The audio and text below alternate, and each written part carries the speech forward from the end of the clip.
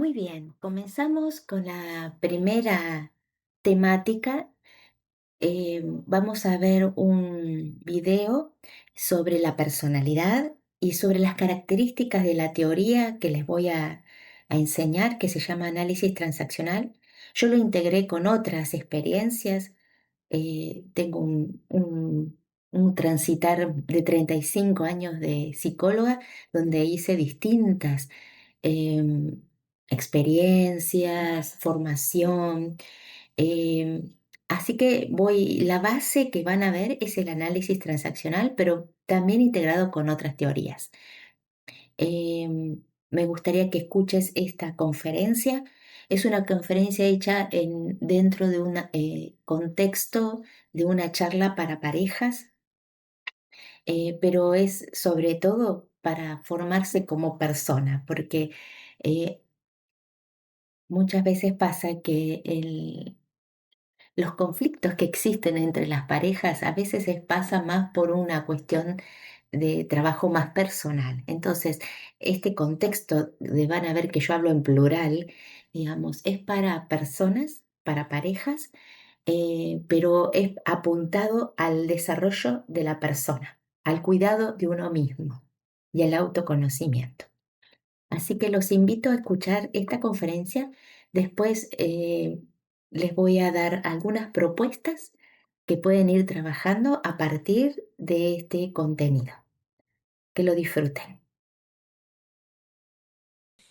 El análisis transaccional surgió más o menos en la época del 50, 60, el 57 propiamente, porque es como posterior a lo que anteriormente, bueno, venía como mucho el auge del psicoanálisis con Freud. De hecho, bueno, Eric Verne, que es el creador, que es un médico psiquiatra, se psicoanalizó, digamos, hizo psicoanálisis, pero después como que fue investigando.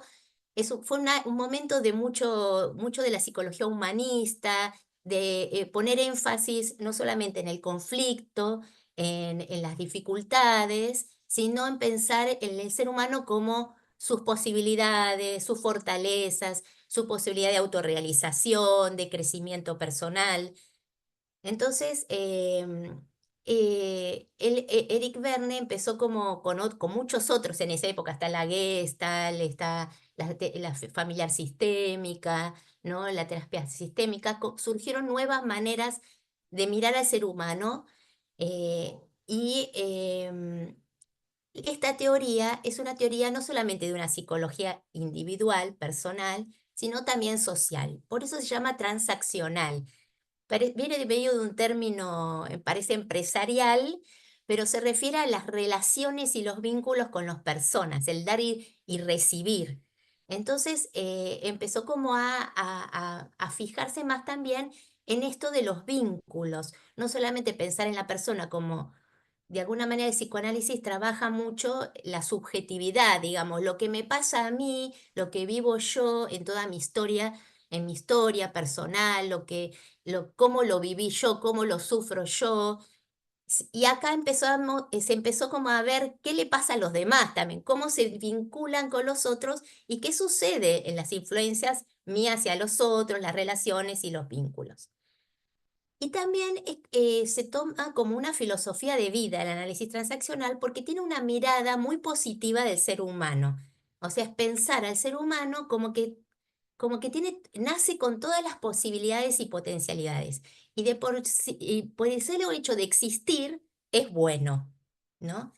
Entonces, nosotros, nosotros desde el pensado espiritualmente o desde el cristianismo pensamos que es una criatura divina, ¿no? Creado por Dios. Entonces, desde el punto de vista psicológico, es decir, toda persona tiene todas sus capacidades y sus potencialidades positivas, ¿no?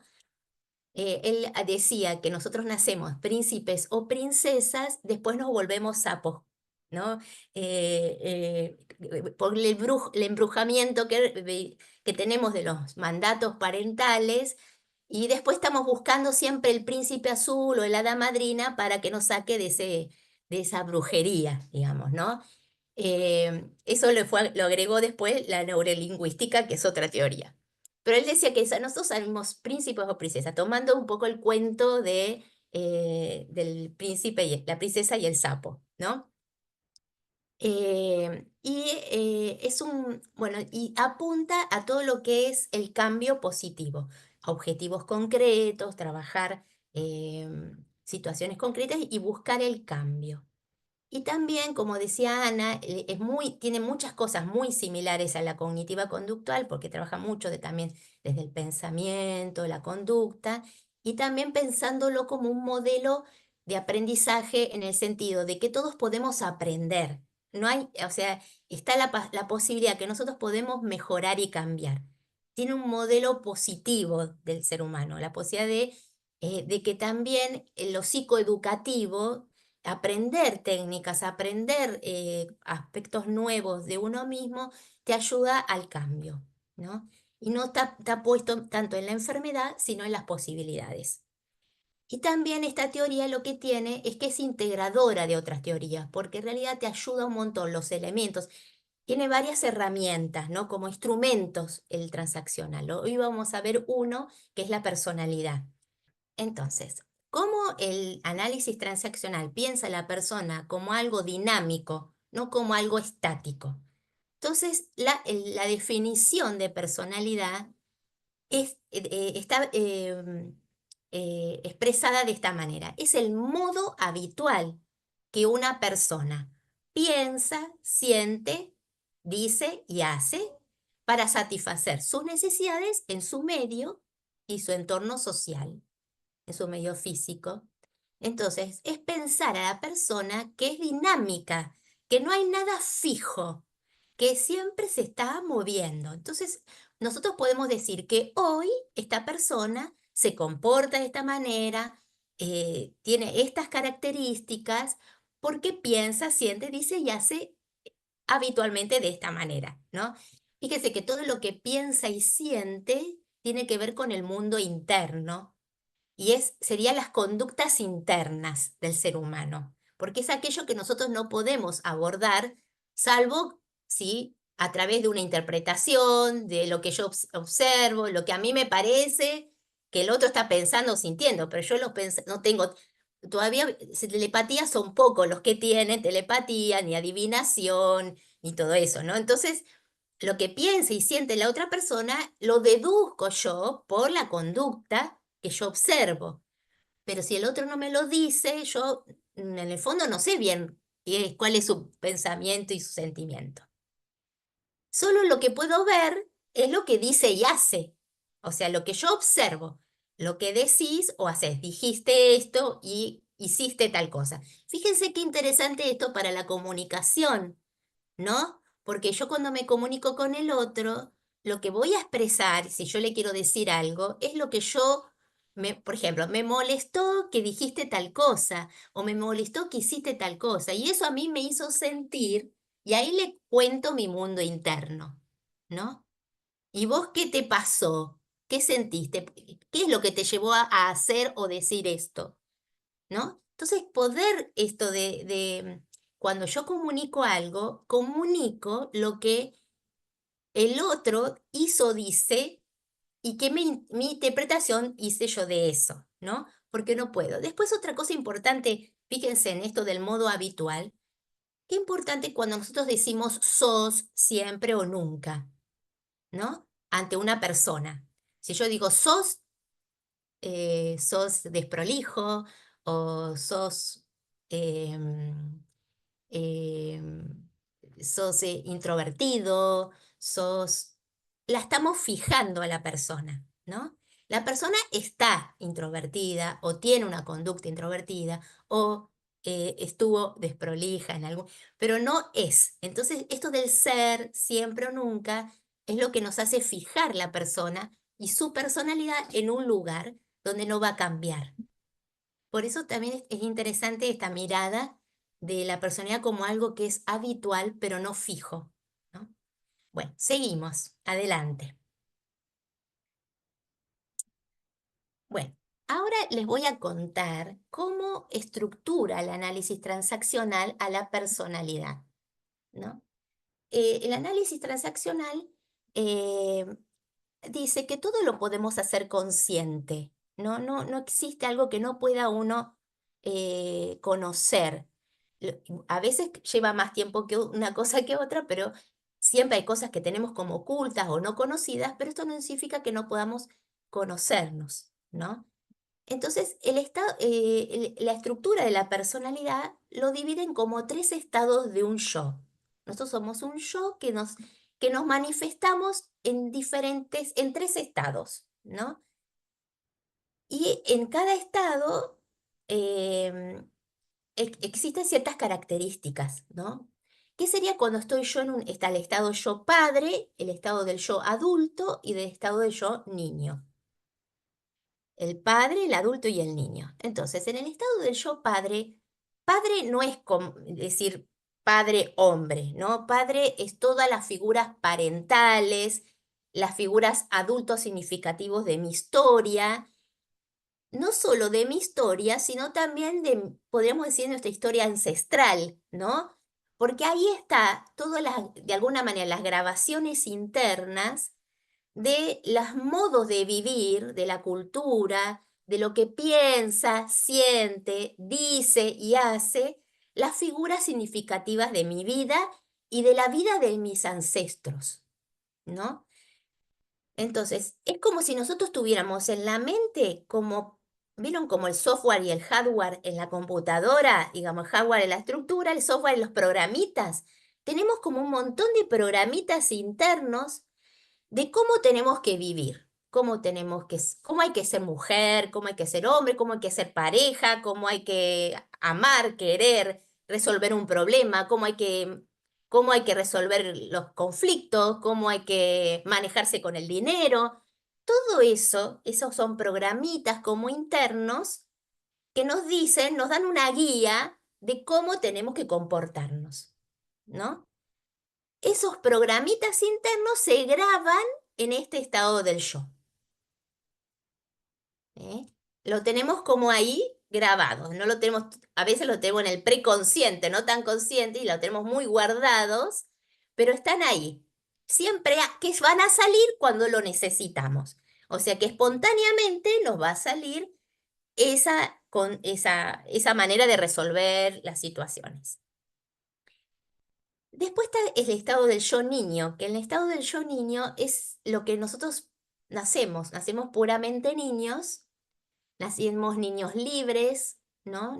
Unos niños que también se tienen que ir adaptando a la realidad, pero en el niño están las emociones, ¿no? Están todas las emociones, la fantasía, está la creatividad, está el aspecto artístico, está como la imaginación, ¿no? La intuición, la curiosidad, digamos, ¿no? Este niño también parece puro niño, libre, después se tiene como que ir adaptando a la realidad, ¿no? Porque este estado del yo padre que al principio está fuera, ¿no? De nosotros, porque cuando somos muy niños, los padres son los que nos van marcando y guiando y vamos incorporando estas grabaciones y después las tenemos adentro, ya directamente, más o menos entre los 10, 8, 9, 10 años, este estado del yo padre ya está adentro, internamente, ya nos decimos a nosotros mismos, ¿no? Lo que nos dijeron, digamos, del mundo, ¿no? Que nos va enseñando y acompañando. Y después está nuestra parte adulta, que sería esta parte responsable, ¿no? Esta parte como que puede elegir, es la parte como consciente, es como la conciencia, podemos decir, como el darse cuenta. Es el que puede observar, adulto sería como el que puede observar, no tiene emoción, es más como observador, objetivo, y puede observar todo lo que nos han enseñado, todo lo que hemos recibido, todo lo que hemos aprendido, y puede observarse el niño qué siente, qué siento, qué me pasa. Entonces yo con el adulto me pongo en distancia y puedo decir, bueno, esto es lo que recibí, esto es lo que pienso, están así, me sirve, no me sirve, esto es lo que me enseñaron, y yo siento esto ante esta situación. Y esto es lo que hace después que el adulto dice yo decido, yo elijo, ¿no?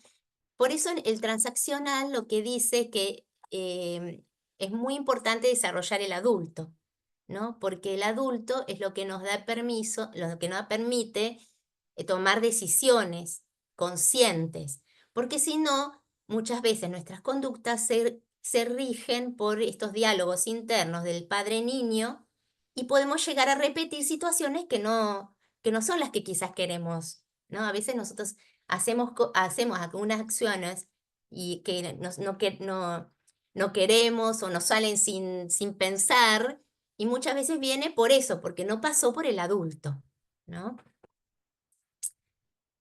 Bueno, esto es lo que yo les decía de alguna manera, cómo el padre, adulto y niño, está el nuestro y está el del otro, ¿no? Uno cuando piensa que es puro cuando es niño, cuando es puro niño, recibe los mensajes parentales, ¿no? Y después, ¿qué hace? Más o menos a los 8, 9, 10 años, después ese mismo mensaje que recibió de afuera, lo incorpora dentro.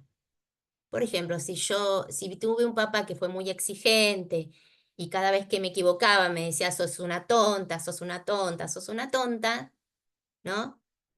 Después, cuando yo estoy en la escuela y me equivoco, me digo a mí misma, soy una tonta, ¿no? Empiezo como ya no lo tengo afuera, ya lo tengo dentro, ya me lo incorporé.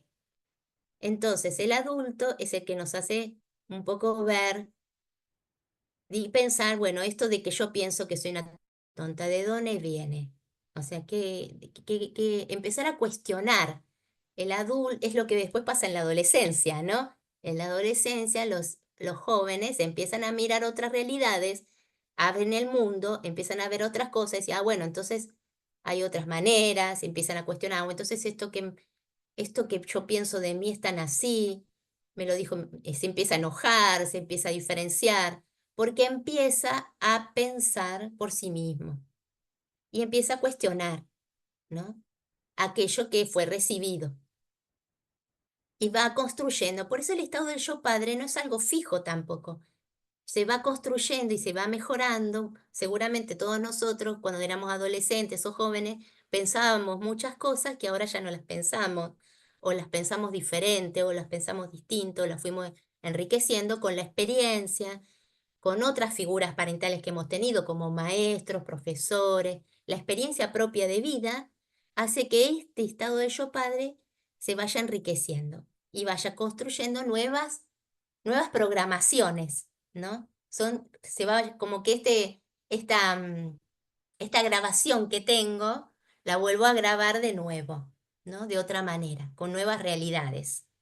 Y esas nuevas grabaciones hacen que después pueda generar estos cambios, ¿no? El padre adulto y niño tiene aspectos positivos y aspectos negativos.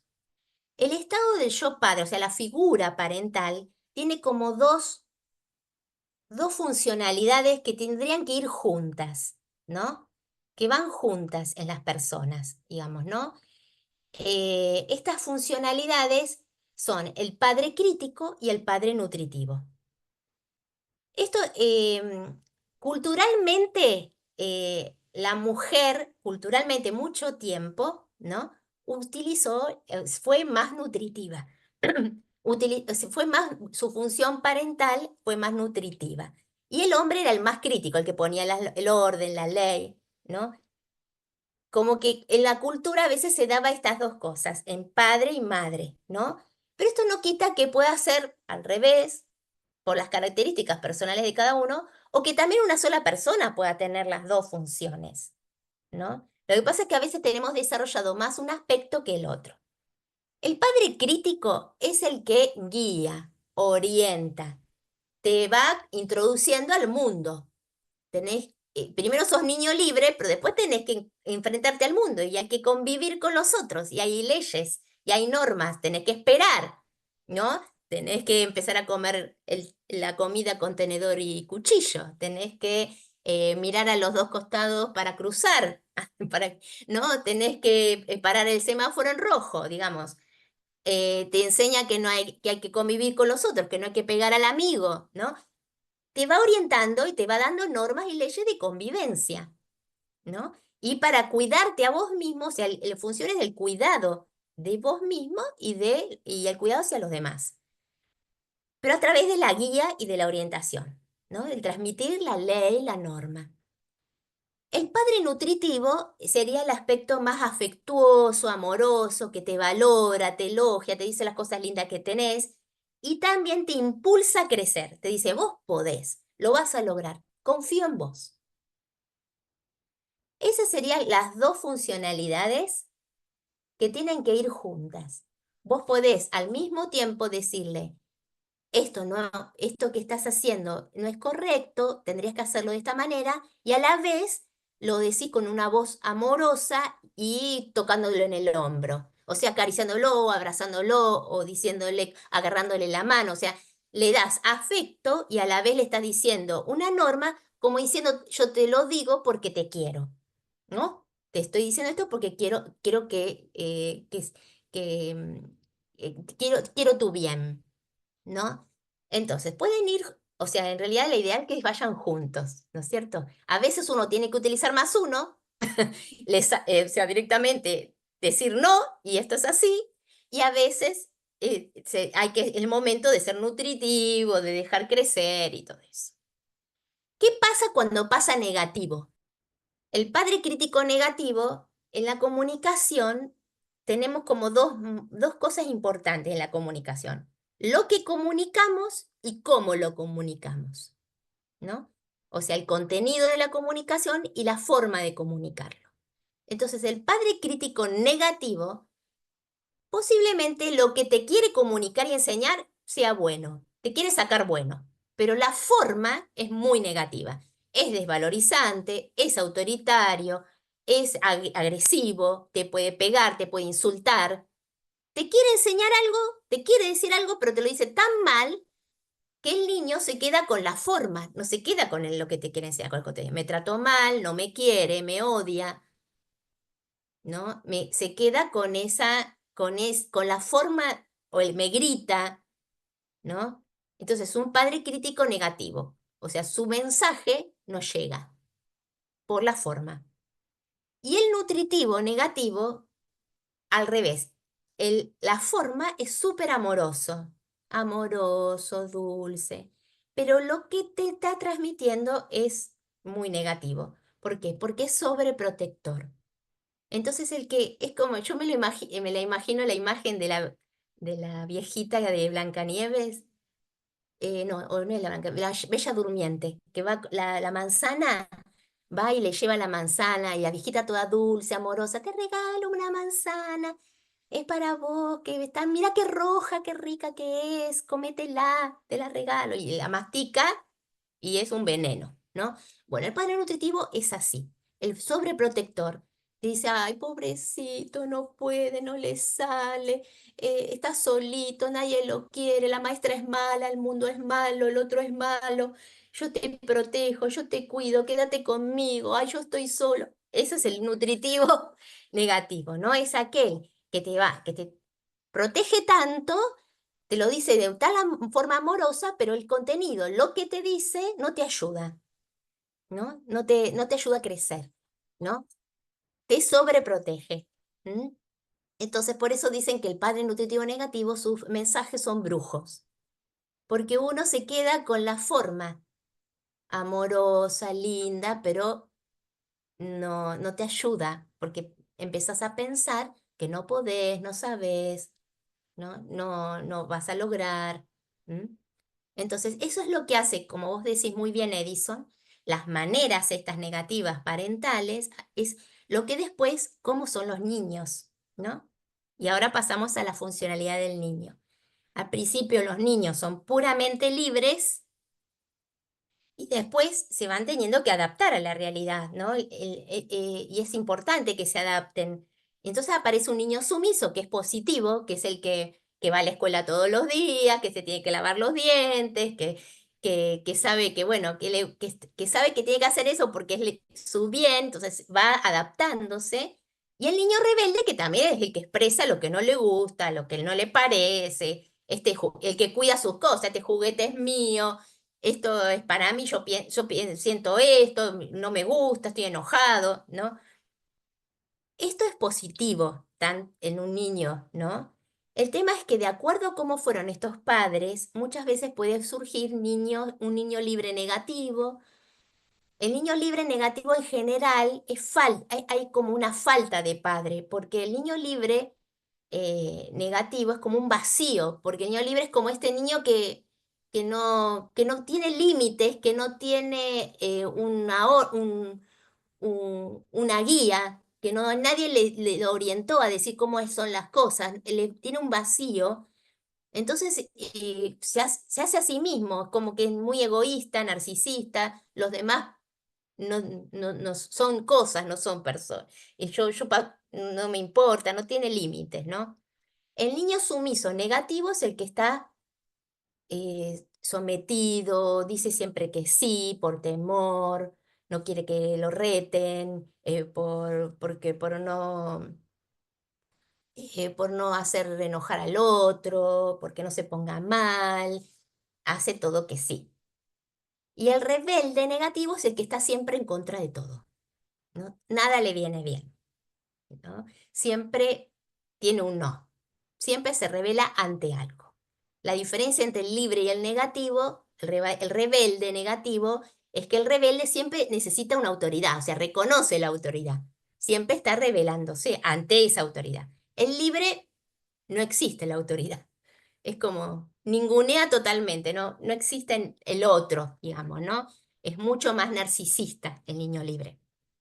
Todo esto lo tenemos todos. Le digo que todo esto está en nosotros. Son distintos aspectos de uno mismo, ¿no? Y tenemos a veces más desarrollado un aspecto que el otro. El adulto sería ya la parte pensante, em, que en el transaccional hay como dos vertientes, digamos, del transaccional. Algunos piensan que el adulto tiene que ser solo positivo, porque en realidad pensar es pensar bien, digamos, ¿no? Es responsable, o sea, pensar por sí mismo, ya el hecho de pensar es bueno, pero otros dicen que a veces hay personas que piensan, pero piensan, ya va más del punto de vista ético, es pensar racionalmente ciertas cuestiones, pero faltando a la ética. Por ejemplo, una persona que piensa en robar un banco, genera una estrategia, es muy racional, pero bueno, roba un banco. O alguien que quiere escalar para llegar a un lugar, es inteligente, es astuto, pero es deshonesto, digamos, ¿no? Entonces, habla también de esa cosa negativa. O alguien que tiene mala información, o sea, cree que está bien así porque es así, y en realidad no le falta información, ¿no? Para decir que esto es de esta manera, ¿no? Bueno, también están esto para los que son empresarios, también acá se puede ver distintos tipos de liderazgos, ¿no? Hay liderazgos que son más conductores, que son críticos, porque más son de guiar. Hay liderazgos que son más protectores, de cuidadores, ¿no? Hay otros que hacen por otros y hay otros que son más perseguidores, ¿no? O liderazgos creativos que tienen que ver más con el niño, donde uno es más creativo. O más adulto, líderes más adultos, que es el que promueve que otros hagan, ¿no? Ya no es tan como padre, no estoy tan como un padre, sino como un adulto que genera que los otros realicen, ¿no? Esto es más democrático, podríamos decir, ¿no? Bueno, muy bien. Hasta ahora vimos lo que era la personalidad y cómo funcionaba nuestra personalidad y los diferentes estados del yo. Entonces, ahora te voy a proponer una práctica, un ejercicio. ¿Por qué es importante poder darnos cuenta de los distintos estados del yo? Porque cada uno tiene una función y cuanto más uno tiene desarrollado todos los estados del yo, adecuados, positivos, más recursos tenemos para resolver situaciones, para responder frente al otro, para responder frente a la demanda de la realidad o para poder comunicarnos mejor con los demás. Entonces, muchas veces necesitamos nuestra parte cuidadora, protectora, donde puede dar, guiar a otros, aconsejar, acompañar, expresar nuestras experiencias. También nuestra parte de sostener y de guiar y de alentar, confiar, valorizar, expresar el afecto, el amor.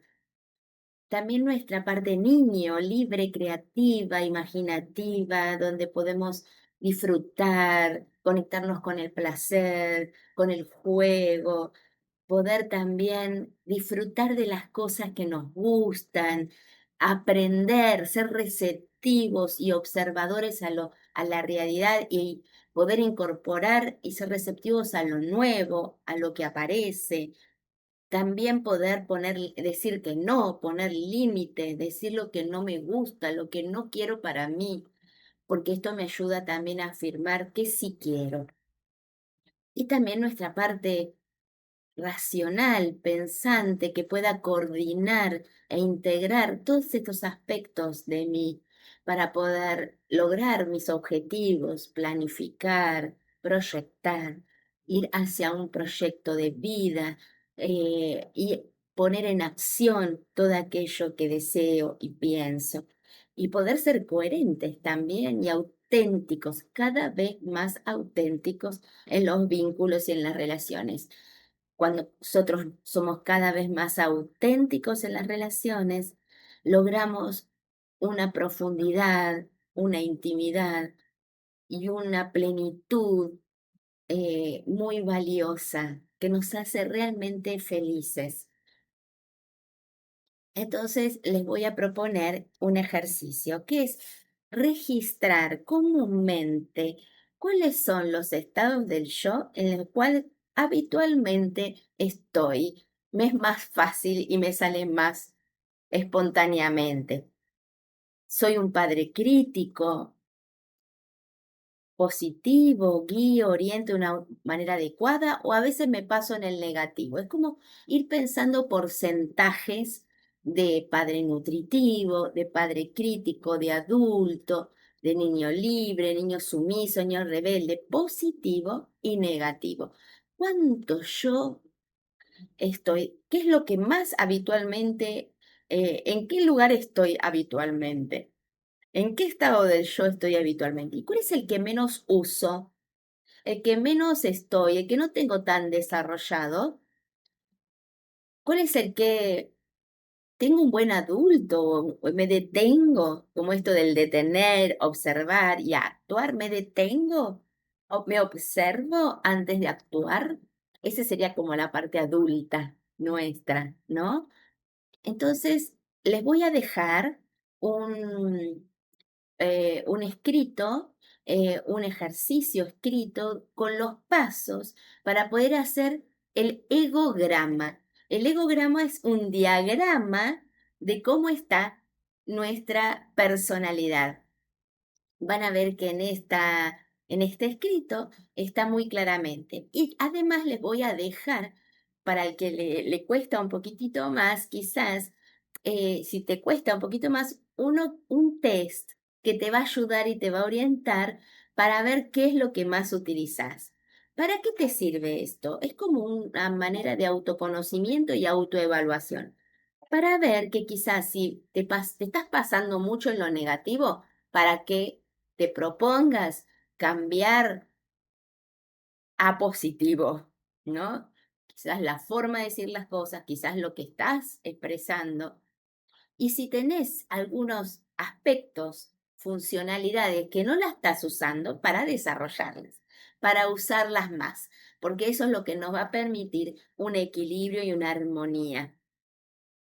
Bueno, que lo disfrutes y, y que vayas descubriéndote con esto cada vez más.